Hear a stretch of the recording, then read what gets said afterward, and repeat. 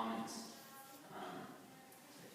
Come, you enjoy what you hear, more, although you'll be hearing a lot of it, because my dad, Tim, is actually going to read another, because he's going to be reading tomorrow. So you guys are test subjects, and we'll see how it goes. A little about this story. I wrote it, I was on in a creative writing forum, and there's like a sort of a flash fiction, something under 1,000 words, flash fiction competition, and they give you a prompt, and the prompt was cooking. And I was like, okay, so I need to write something that has some type of speculative fiction, like sci-fi or fantasy, with cooking in it. So I was like, well, how do I do that? And this came out of it. And it surprised me because I hate reading dialect, unless it's Mark Twain. Mark Twain does great dialect, but dialect takes me completely out of the story of the book a lot of the time when I'm stumbling over words. But then I wrote this in dialect, and it was absolutely fantastic and fun. And I found that very strange and interesting. I know how I want it read. I'm curious, I've never heard someone else try to read it. So here it goes. It's called The Flavor of Heartache. If there's one thing I remember, it's Mama's stew. See, back when I was just a boy, I reckon Mama made the best dang stew this side of the Mississippi.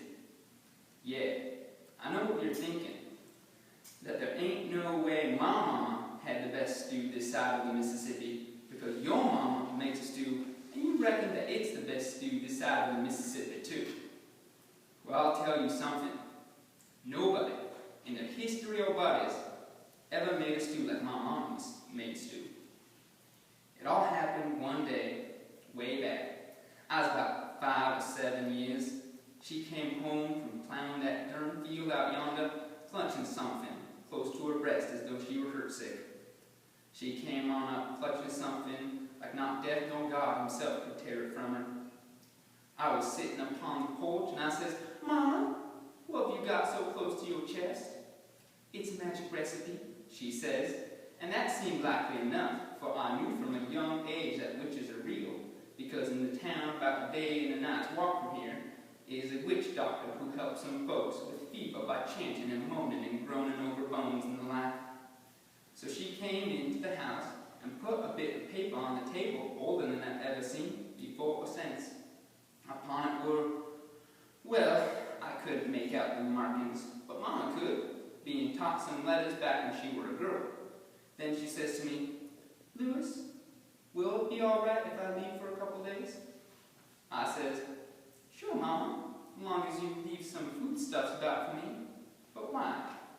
And she told me it weren't for long, but she needed some things from jobbing, and by that I knew she was talking about that witch doctor.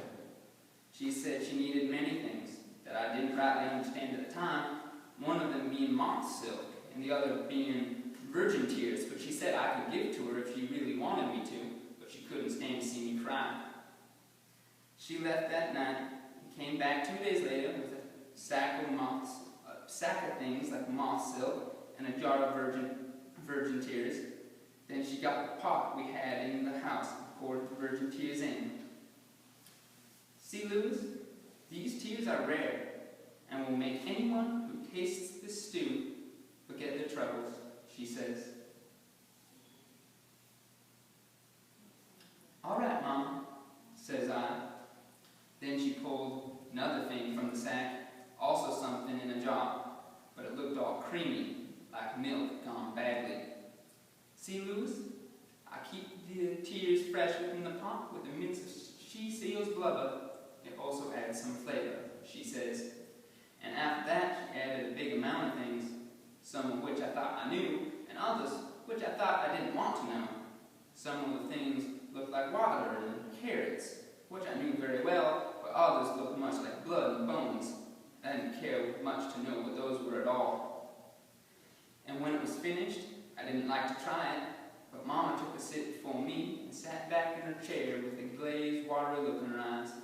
I asked if those were virgin tears, but she said they weren't, and she said very quietly that she couldn't make them kind of tears anymore, but she could have way back before